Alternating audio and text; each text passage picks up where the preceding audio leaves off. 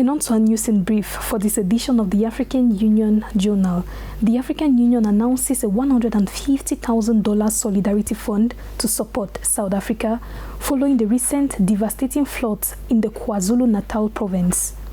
The chairperson of the African Union Commission, His Excellency Musa Faki Mahamat, announced the establishment of $150,000 solidarity fund from the African Union Emergency Fund to support the efforts of the South African government to respond to the recent devastating floods in the KwaZulu-Natal province.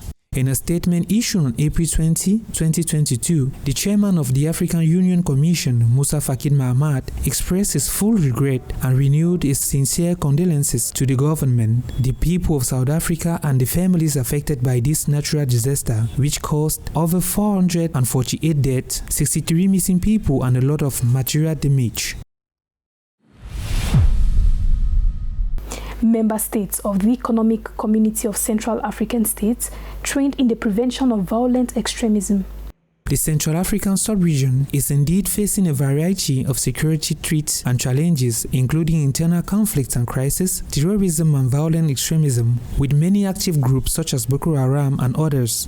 Added to this are maritime piracy in the Gulf of Guinea, organized cross-border crime and cybercrime. As part of its Joint Framework Program 22-2023 for the prevention of violent extremism, the African Center for Studies and Research on Terrorism organized the second regional graduate course on prevention of violent extremism in Central Africa in response to requests submitted by the authorities of several member states. At the end of this training, the participants acquired common knowledge of the problem related to violent extremism and terrorism, as well as other related types of violence and their causes. And the adoption of a roadmap on the production of methodologies on migration on the African continent.